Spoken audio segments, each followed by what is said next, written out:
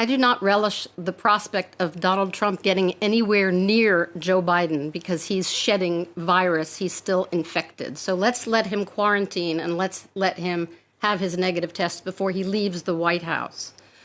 I'd just like to come back to Kamala Harris for a second. I've noticed Randy and several other Republicans who seem to make a habit of mispronouncing her first name. Her name is pronounced Kamala, not Kamala, not Camilla. It's Kamala. She's a sitting senator. She's the first woman vice presidential candidate on a major ticket. She will probably be your next vice president, and she deserves your respect. I never Donald said Trump today called her a monster on that interview with Fox News.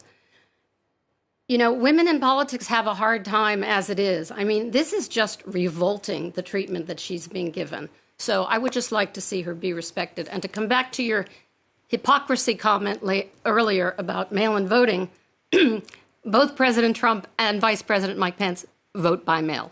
And on the issue of debates, what's Well, the last I heard was that the Biden camp had proposed this debate on the 22nd.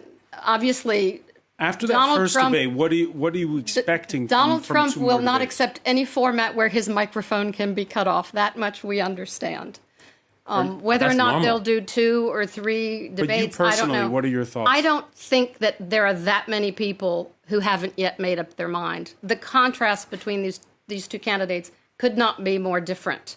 The contrast between the platforms could not be more different. Well, the Republicans don't actually have a platform.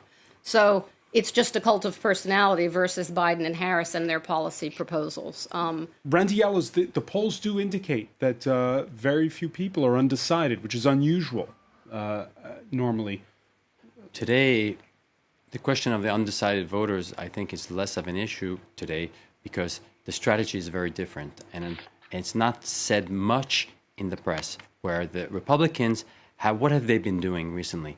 They've been going to the hardcore Republican areas across the different states and pushing the Republicans to vote. They don't go into cities where there are few independent votes where they're going to vote. They're having all the Republicans vote like they did in 2016 and pushing them to go in. If they can get them to go 5-10% more, it should be fine. And we know there'll be a major turnout of all the Republicans. It worked in 2016. Biden has had a hard time when he has his meetings and his rallies getting people to come up. He doesn't have the energy that Trump has. And again, he has questions.